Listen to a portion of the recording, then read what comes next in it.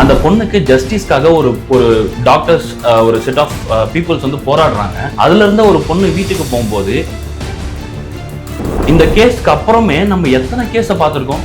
லிட்டரலா இப்போ வரைக்கும் எனக்கு ஒவ்வொரு நாளுமே அப்டேட் ஆகிட்டே இருக்கு. 15 பேர் அவளை ப்ரூட்டலா ரேப் பண்ணியிருக்காங்க. ஆனா இப்போதைக்கு ஒருத்தன் தான் கொடுத்துருக்காங்க. இதுக்கு ப்ராப்பரான ஒரு தண்டனை, மரண தண்டனை இவன் தான் தெரிஞ்ச உடனே அடிச்சு தூக்கணும். நேத்து கோவையில் இதே மாதிரி ஒரு டாக்டர் வந்து அவுட் பேஷண்ட்டை பார்த்துட்டு இருக்கும்போது நியூடா வந்து அந்த டாக்டரை வந்து கட்டிப்பிடிக்க ட்ரை பண்ணியிருக்கான். நான் ஆஸ் அ மென்னா நான் இதுக்கு வந்து வெக்கப்படுறேன், நான் அசிங்கப்படுறேன், நான் தலைகுனிறேன் அப்படின்னு நான் சொல்ல மாட்டேன்.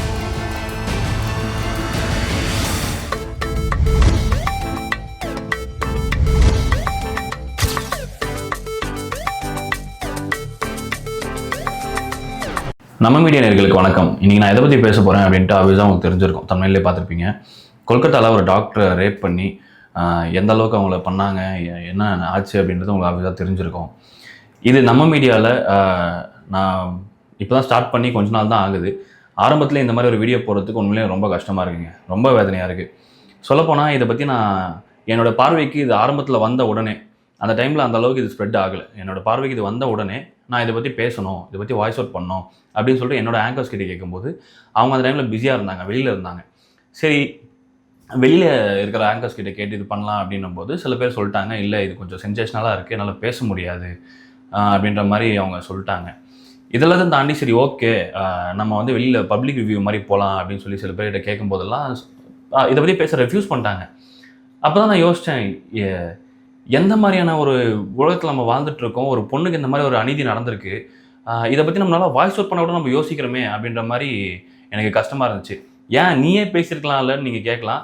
உண்மையிலே சொல்லப்போனால் எனக்கு இந்த மாதிரி விஷயங்களெல்லாம் எனக்கு பேச வராது, எனக்கு பேச தெரியாது. சொல்லப்போனால் நீங்கள் நம்ம பையனை வந்து ஒரு ஆக்டராக பார்த்துருக்கலாம், பட் இந்த மாதிரி எனக்கு பேச வராது. நான் ஏதாச்சும் தப்பாக ஏதாச்சும் பேசிடணும், ஏதாவது தெரியாமல் ஏதாச்சும் பேசணும்னு எனக்கு ஒரு பயம் இருந்துச்சு. ஸோ இப்போ இது எல்லாத்தையும் தாண்டி இல்லை நம்ம வாய்ஸ் அவுட் பண்ணணும், நம்ம என்ன பேசினாலும் பரவாயில்ல, என்ன ஆனாலும் பரவாயில்ல, நம்ம இது வாய்ஸ் அவுட் பண்ணோம் அப்படின்னு நானே இப்போ பேச வந்திருக்கேன். எனக்கு முதல்ல ஒரு விஷயம் எனக்கு ஸ்ட்ராங்காக ஹிட் ஆகிட்டே இருக்குங்க. இப்போது ஒரு பொண்ணுக்கு இந்த மாதிரி ஒரு அநீதி நடந்திருக்கு. அந்த பொண்ணுக்கு ஜஸ்டிஸ்க்காக ஒரு ஒரு டாக்டர்ஸ் ஒரு செட் ஆஃப் பீப்புள்ஸ் வந்து போராடுறாங்க. எனக்கு எந்த அளவுக்கு கஷ்டமாக இருக்குன்னா, லிட்ரலி நம்ம எந்த ஒரு ஜனநாயக நாட்டில் வாழ்ந்துட்டு இருக்கோம். ஸோ இதை நான் ஏன் அப்படி மீன் பண்ணுறேன் அப்படின்னா, இந்த மாதிரி ஒரு விஷயம் நடந்திருக்கு, அவன் யார் அப்படின்ற ஒரு விஷயம் தெரியப்பட்டிருக்கு. இப்போ வரைக்கும் அது கேஸ் போயிட்டு தான் இருக்குது. என்ன நடந்துச்சு, ஏது நடந்துச்சு அப்படின்ற பெருசாக ஒரு அப்டேட் இல்லாமல் சிபிஐக்கு மாற்றிட்டாங்க அப்படின்ற ஒரு விஷயம் இருந்தாலுமே, ஆனால் அவனும் அதில் சம்மந்தப்பட்டிருக்கான் அப்படின்னு தெரிஞ்சுமே அவனை வச்சுட்டு ஒன்றும் சுற்றிட்டு தான் இருக்காங்களே தவிர அவனுக்கு ஒரு ப்ராப்பரான தண்டனை அப்படின்னு ஒன்றும் எதுவுமே கிடைக்கல. ஸோ இதையே வந்து அட்வான்டேஜாக எடுத்துகிட்டு தான் இன்னும் நிறைய பேர் இதை வந்து ப்ரொசீட் பண்ணுறாங்களே தவிர இதுக்கு ப்ராப்பரான ஒரு தண்டனை, மரண தண்டனை இவன் தான் தெரிஞ்ச உடனே அடித்து தூக்கணும். அந்த மாதிரி ஒரு தண்டனை வர வரைக்குமே நம்ம நாட்டில் இந்த மாதிரி தவறுகள் நடந்துகிட்டே தாங்க இருக்கும். அதுதான் சொல்கிறேனே, ஒரு பொண்ணுக்காக இன்னொரு பொண்ணு ஜஸ்டிஸ்க்காக போராடின ஒரு பொண்ணு திரும்ப வீட்டுக்கு போகும்போது அந்த பொண்ணு ப்ரூட்டலாக ரேப் பண்ணி சாகடிச்சிருப்பட்டிருக்காங்கன்னா என்ன நடக்குதுங்க எனக்கு தெரியல.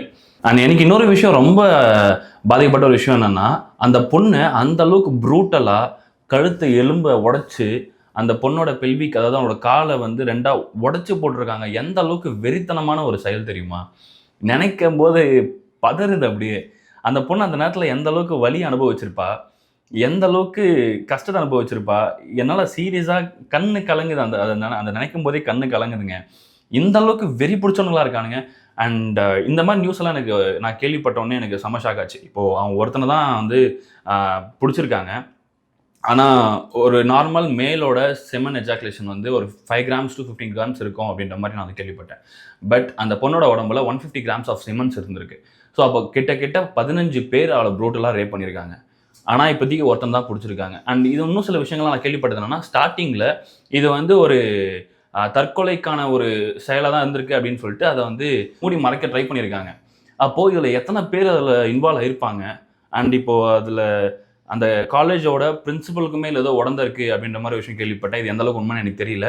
அண்ட் அந்த காலேஜில் நிறைய செயல்கள், அதாவது ஒரு சில வருடங்களுக்கு முன்னாடி அதில் ஆபாச படங்கள் எடுக்கிறதுக்காக இருக்கட்டும், நிறைய விஷயங்கள் அந்த மாதிரிலாம் நடந்திருக்கு அப்படின்ற மாதிரி நான் ஒரு ஆர்டிக்கலை ரீசெண்டாக வந்து படித்தேன். நிறைய பேர் சொல்லி நான் கேள்விப்பட்டேன்.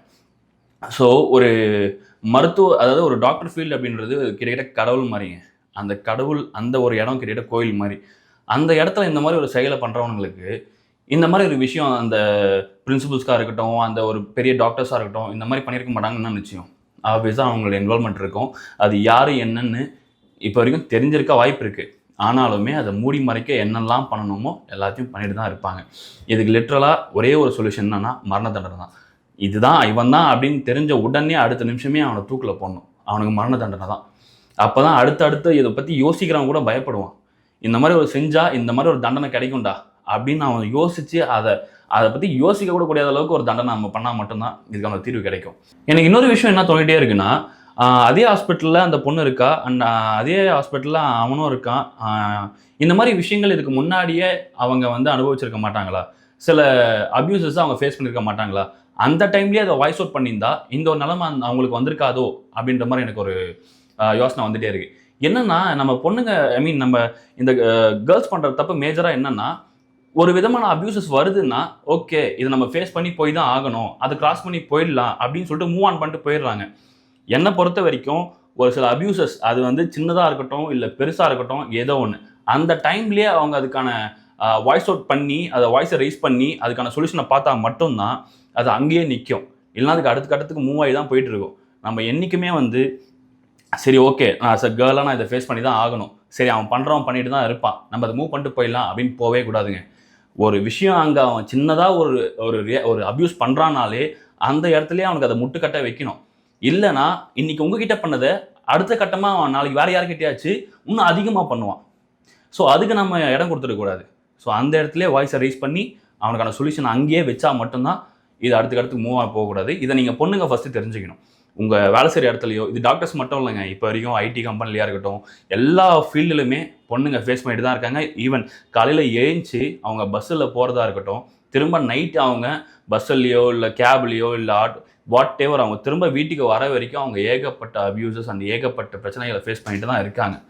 அவங்களுக்கான தண்டனை அப்பப்போவே வாங்கி கொடுத்தா மட்டும்தான் இதுக்கான சொல்யூஷன் கிடைக்கும். நீங்கள் நினச்சிட்டு இருக்கீங்களா இது வந்து நார்த் சைடு மட்டும் தான் நடந்துகிட்டு இருக்குன்னு?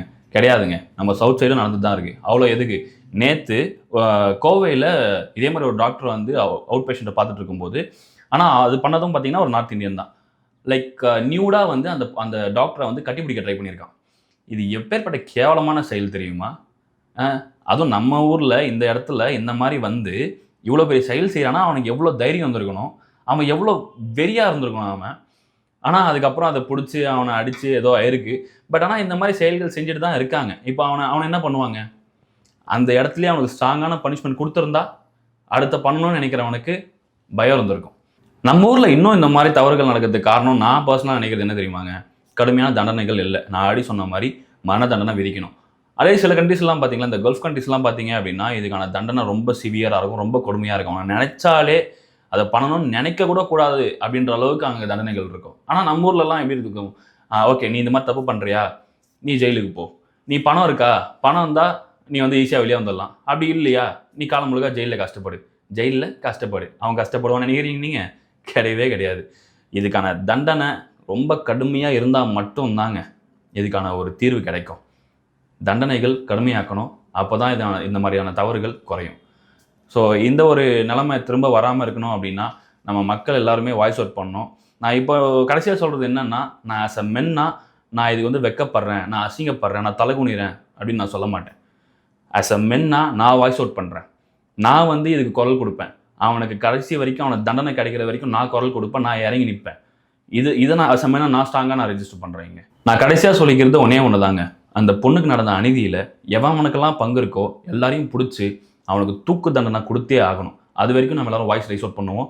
ஸோ இந்த மாதிரி பிரச்சனைகள் இன்னும் எதுவும் வராமல் இருக்கணும்னா இந்த பிரச்சனை நம்ம எடுக்கிற முடிவு தான் இதுக்கப்புறம் வர சந்ததிகள் எப்படி இருக்கும்ன்றதை தீர்மானிக்க போகுது. ஸோ வாய்ஸ் அவுட் பண்ணுங்கள், தண்டனை வாங்கி கொடுப்போம்.